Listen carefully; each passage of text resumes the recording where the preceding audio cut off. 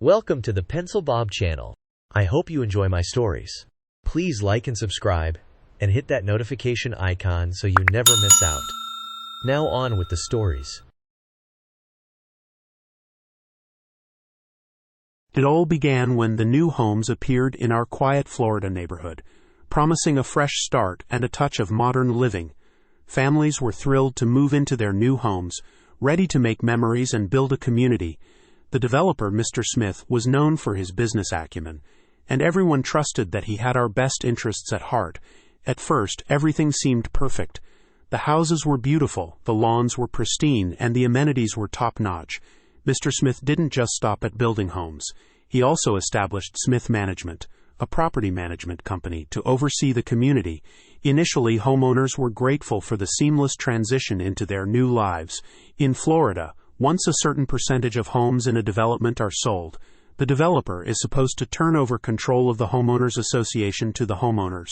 This rule is meant to give residents a say in how their community is managed. However, Mr. Smith had no intention of relinquishing control. He handpicked the initial board members, ensuring they were loyal to him. With his chosen board in place, Mr. Smith locked in Smith Management with a long-term contract, securing their control over the community for the next 20 years. The HOA's lawyer, coincidentally, was also Mr. Smith's lawyer. This meant that every legal avenue was covered to protect Mr. Smith's interests. Homeowners thought they were in control, but they were merely pawns in Mr. Smith's game. The HOA, which should have represented the residents, was just an extension of Mr. Smith's business. Homeowners were essentially renting their homes from the developer who sold them those homes. As time went by, things started to change. The fees that were once reasonable began to climb. Homeowners noticed that their HOA dues were being raised frequently, often without clear explanations. When questioned, the board members, loyal to Mr. Smith, would brush off concerns, citing vague reasons like necessary improvements and unexpected expenses. But the improvements were nowhere to be seen. Common areas began to deteriorate, and maintenance requests went unanswered. It became evident that the money was being funneled elsewhere. Suspicion grew among homeowners, but any attempt to get transparency from the board was met with resistance. One year, out of nowhere, our HOA fees were raised twice. No one understood why. That same year, Mr. Smith purchased a $2 million piece of land and built a $10 million mansion on it. The timing was too coincidental. People whispered about kickbacks and mismanagement, but proving it was another matter entirely. A few determined homeowners tried to dig into the HOA's finances. They discovered that a significant portion of their fees was being funneled into projects managed by Smith Management, often at inflated prices. It became clear that the board members were benefiting from maintaining the status quo, receiving kickbacks and favors from Mr. Smith. Despite growing frustration, homeowners found themselves trapped. Every attempt to elect new board members failed. Smith Management used their influence and the HOA's legal resources to challenge and overturn election results, often winning on technicalities. The system was rigged, and the homeowners were powerless. As years went by, the community's spirit dwindled. People started to sell their homes and move away. But selling was tough because word had gotten out about the HOA's issues. Property values began to drop.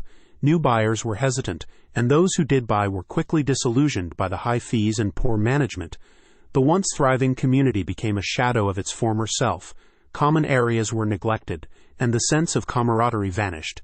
Homeowners felt isolated and helpless. Every dollar they paid seemed to disappear into a black hole, with no improvements or transparency in sight. Desperate, a group of homeowners decided to take legal action.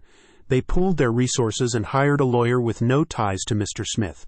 They hoped to uncover the corruption and free their community from Smith Management's grip. The legal battle was long and draining. Mr. Smith's lawyer fought tooth and nail to dismiss the case, using every trick in the book to delay and complicate proceedings. After years of fighting, the court finally dismissed the homeowner's case due to insufficient evidence. The legal fees had drained their savings, and their hopes were shattered. Smith Management tightened its grip even further, increasing fees and cutting back on services. The homeowners were stuck in a nightmare. Their beautiful homes had become prisons, and their community, once full of life and hope, was now a place of despair. Mr. Smith continued to profit, his mansion standing as a stark reminder of their failed efforts. In the end, we learned a harsh lesson. Sometimes, the system is so rigged that no amount of determination or unity can overcome it.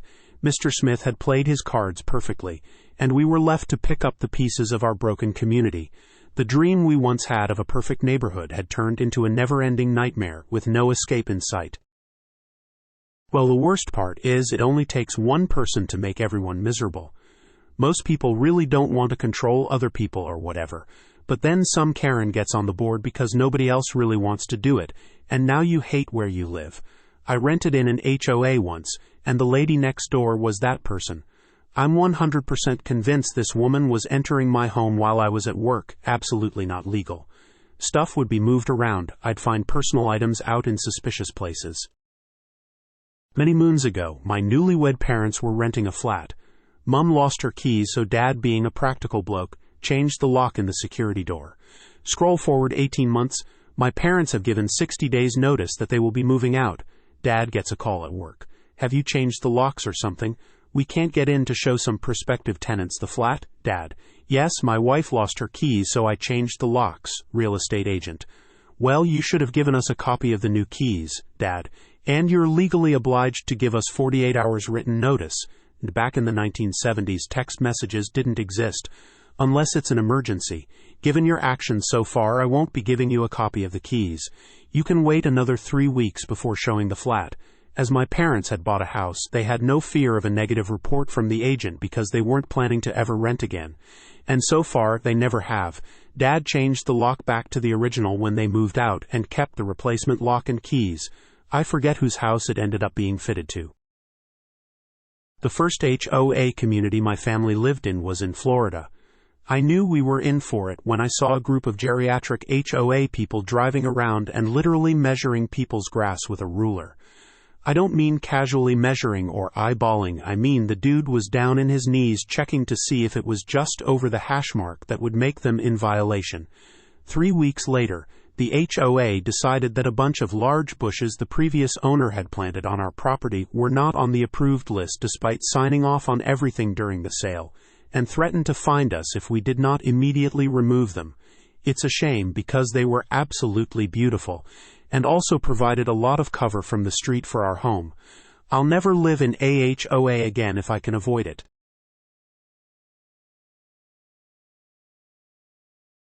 The day my wife and I closed on our dream home is unforgettable. It was a beautiful sunny day, and we felt like the luckiest people in the world.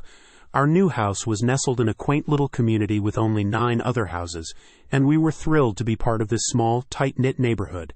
It was the kind of place where everyone waved at each other, kids played together in the cul-de-sac, and neighbors looked out for one another. Our excitement would soon be dampened by a storm brewing within our homeowners association.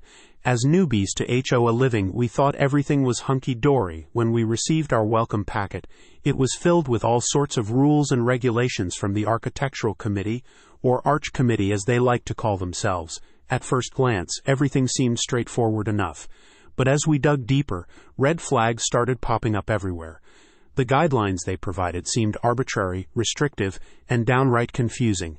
And worst of all, they contradicted what was outlined in our actual property covenants.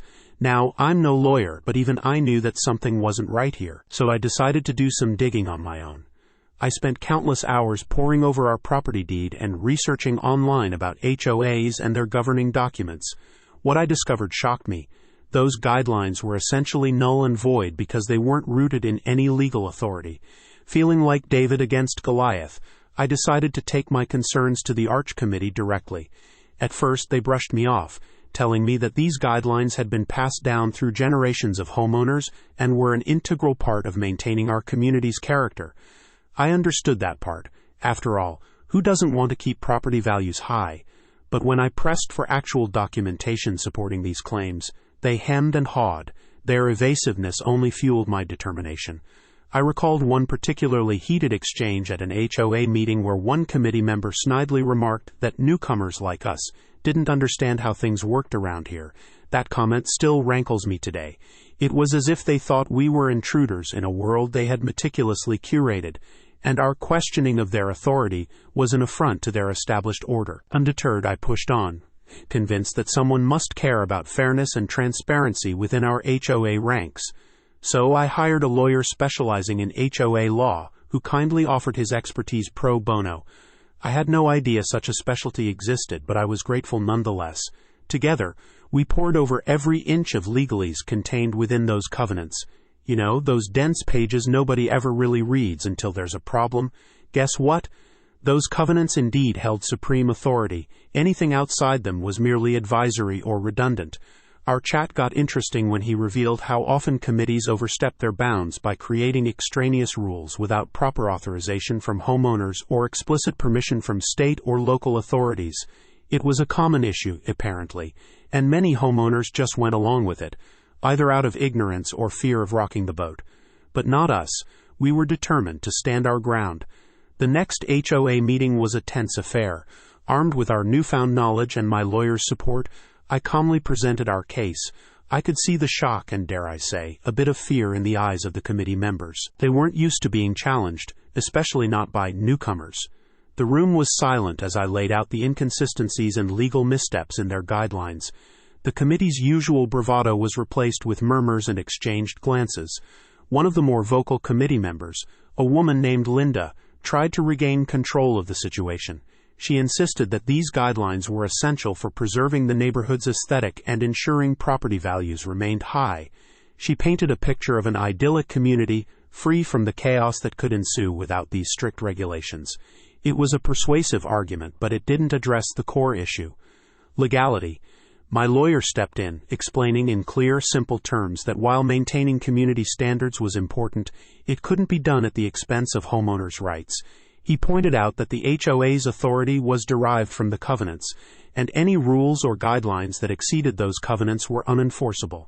The silence that followed was deafening. After the meeting, there was a palpable shift in the neighborhood's atmosphere. Some neighbors approached us, quietly thanking us for standing up to the committee. Others avoided us, perhaps fearing association with the troublemakers. The committee, meanwhile, went into damage control mode. They sent out emails, held emergency meetings, and tried to rally support. But the seed of doubt had been planted, and it was clear that change was coming. Despite the growing tension, we tried to maintain a sense of normalcy. We continued with our daily routines, attended neighborhood events, and did our best to be good neighbors. But the underlying conflict was always there, a simmering pot ready to boil over at any moment. One evening, as we sat on our porch enjoying the sunset, my wife turned to me and said, "Do you ever think maybe we should have just gone along with it? Maybe it would have been easier?" I understood her frustration. The whole ordeal had been exhausting, and it felt like we were constantly swimming against the tide. But I reminded her why we started this fight in the first place: fairness and transparency. If we didn't stand up for what was right, who would? Days turned into weeks and weeks into months. The HOA committee continued to push back, but they were losing ground. Homeowners were becoming more informed and more vocal about their rights. Our little community was changing slowly but surely. It wasn't easy, and there were days when we felt like giving up. But every time we saw a neighbor smile at us or heard a word of encouragement, it reminded us why we kept going. Then came the annual HOA election. For the first time in years, there were multiple candidates running for the committee positions. It was a sign that people wanted change, that they were tired of the old ways. On election night, the community center was packed. There was an air of anticipation, a feeling that something significant was about to happen. As the votes were counted, it became clear that the tide had indeed turned. The old guard was ousted, replaced by a new group of homeowners who promised transparency, fairness, and a more inclusive approach. It was a victory, not just for us, but for the entire neighborhood. But even with the new committee in place, the journey was far from over. There were still issues to address, still old habits to break. The new committee faced challenges, and not everyone was happy with the changes. But there was a sense of optimism, a belief that things could be better.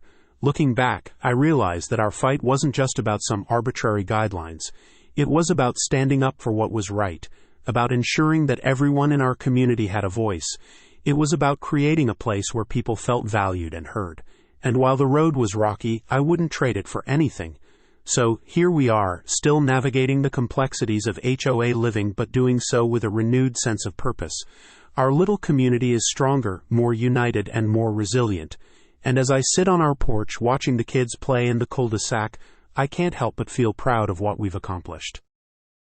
Other enforceable rules like ARC guidelines and rules and regulations can be implemented and enforced as long as they point to a specific covenant. They are there to further specify the covenants, not change the covenants. Oftentimes covenants give the board the authority to establish rules and regulations for the community, but leave it at that, giving them the authority to go crazy. Additionally, most covenants require the establishment of an architectural review committee, so be sure you're not missing that section. I read some of the things HOAs do here with amazement and wonder what kind of covenant clauses allow them such power. They seem to have an extraordinary amount of control over homeowners, often making decisions that can significantly impact our daily lives. I'd appreciate any information on this topic, just so I can be on the lookout for any Trojan horse covenant changes that might take away my rights as a homeowner. Understanding these clauses and their implications is crucial for protecting myself and my property. Thank you in advance for any insights or advice you can provide.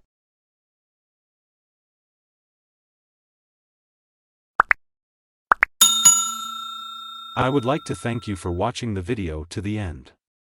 To encourage us to make more videos, please like, subscribe, comment, as well as share. Check out this other video if you haven't already.